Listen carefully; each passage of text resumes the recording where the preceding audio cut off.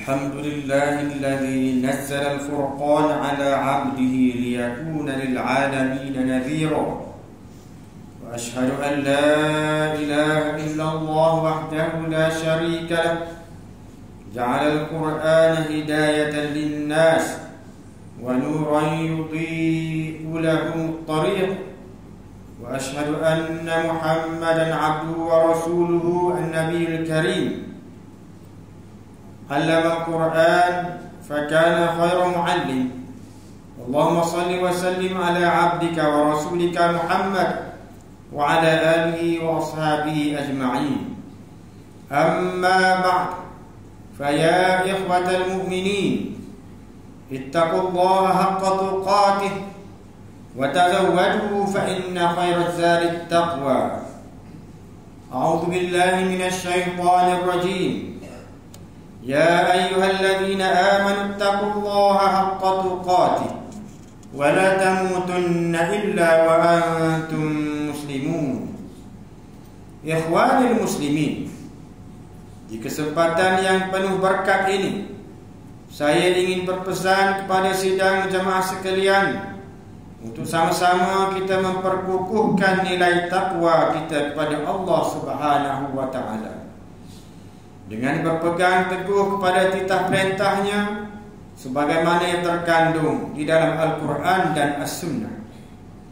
Ikhwanul muslimin, bersempena peringatan peristiwa nuzul Al-Quran pada Ramadan beberapa hari lagi, marilah kita menyingkap peristiwa tersebut agar bertambah kukuh keimanan kita terhadap Al-Quran selaku perlembagaan tertinggi di dalam kehidupan kita. Penurunan Al-Quran berlaku dalam dua peringkat. Peringkat pertama, Al-Quran diturunkan sekaligus 30 juzuk dalam satu waktu, yaitu ketika malam Al-Qadar. Peringkat penurunan ini adalah dari Lauh Mahfuz ke Baitul Izzah yang berada di langit dunia.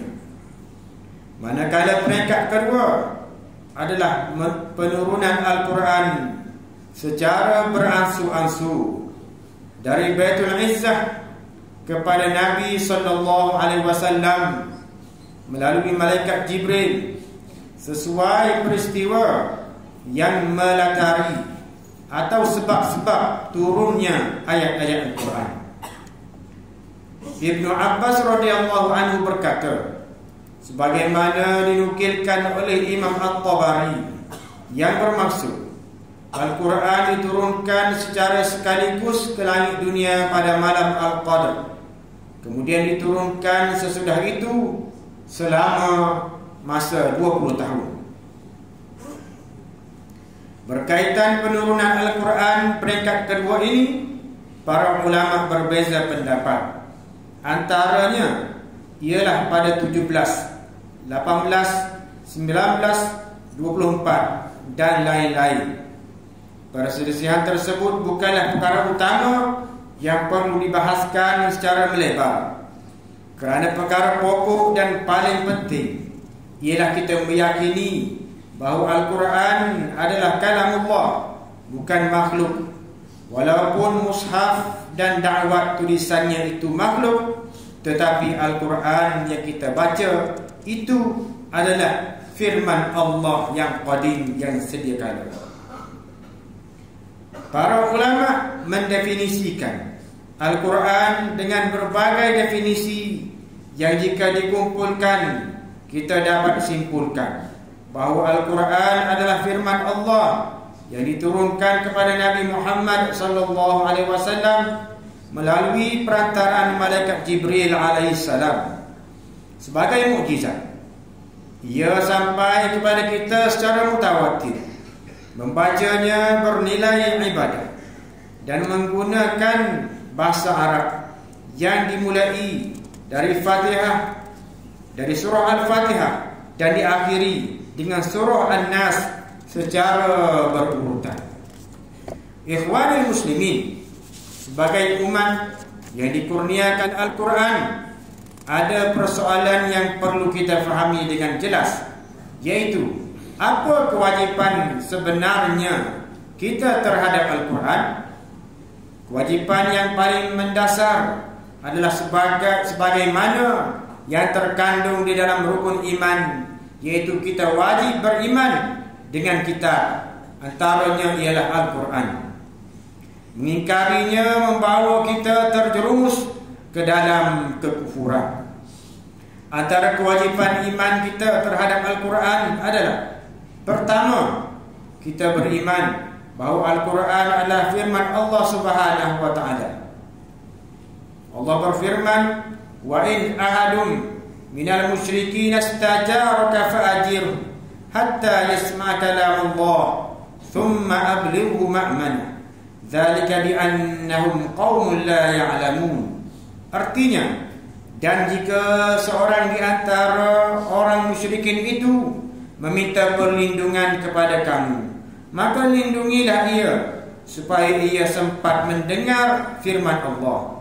Kemudian hantarkanlah dia ke tempat yang aman baginya. Demikian itu disebabkan mereka kaum yang tidak mengetahui. Surah At-Taubah ayat 6. Yang kedua, kita beriman bahawa Allah menjaga Al-Quran dari penyelewengan oleh makhluk manapun. Itu inna nahnu nazzalna dzikra wa inna lahu lahafizun. Artinya, sesungguhnya kamilah yang menurunkan Al-Quran dan sesungguhnya kami yang memeliharanya. Surah Al-Hijr ayat 9. Jaminan ini tidak ada pada kitab lain selain Al-Quran, kerana memang kitab lain itu terbatas hanya untuk kaum tertentu sahaja dan masa tertentu, sementara Al-Quran terpakai untuk semua manusia, bahkan jin, di semua zaman. Allah menjaga Al-Quran dengan cara yang sempurna. Ia dihafal oleh jutaan kaum muslimin pada setiap generasi, bermula generasi para sahabat. Inilah cara paling kuat membuktikan kebenaran Al-Quran. Logiknya, jika Al-Quran itu pernah diselewengkan, maka pasti hafal dan semua penghafal Al-Quran di dunia ini akan berbeza. Tetapi ternyata mereka menghafal kalimah, ayat dan surah yang sama di seluruh dunia. Yang kedua, ditulis saat Rasulullah SAW masih hidup, yaitu ketika penurunannya. Penulisan Al-Quran dibukukan secara bersistem oleh para penulis wahyu berdasarkan sistem tulisannya yang tersendiri, yaitu resam Uthmani. Yang ketiga, ditulis tafsirnya oleh para ulama di sepanjang zaman. Ada ribuan kitab tafsir boleh kita temukan di sepanjang zaman sebagai fakta kuat bahawa Al-Quran tidak pernah berubah. Berbagai metod dan corak dalam tafsir yang berbagai dan semakin berkembang sehingga mudah bagi umat Islam untuk mengambil pelajaran dan hukum dari Al-Quran sesuai dengan pentafsiran para ulama, termasuk penulisan ilmu-ilmu tentang Al-Quran yang semakin berkembang dari masa ke semasa. Yang keempat, ditulis hukum fiqhnya dalam kitab-kitab fiqh oleh para ulama di sepanjang zaman. Ini juga menjadi bukti kuat bahawa Al-Quran tidak pernah berubah sepanjang zaman. Penjagaan yang sempurna ini tidak akan kita temukan pada kitab suci lain yang dijaga hanya dengan ditulis. Bahkan penulisannya bermula hanya setelah berlalu masa penurunan. Akibatnya ada ribuan manuskrip yang berbeza satu dengan yang lain. Ayat-ayatnya yang bertentangan antara satu sama lain dan variasi yang berbagai dalam kitab suci mereka. Yang ketiga, kita beriman bahawa Al-Quran adalah petunjuk dan khabar gembira dari Allah Subhanahu wa taala. Allah Subhanahu wa taala berfirman, inna hadzal Qur'an yahdi lillati hiya aqwam wa yubashshirul mu'minina alladhina ya'maluna as-shalihat anna lahum ajran kabira. Artinya, sesungguhnya Al-Quran ini memberikan petunjuk kepada jalan yang lebih lurus dan memberi khabar gembira kepada orang beriman yang mengerjakan amal soleh, bahawa bagi mereka ada pahala yang besar.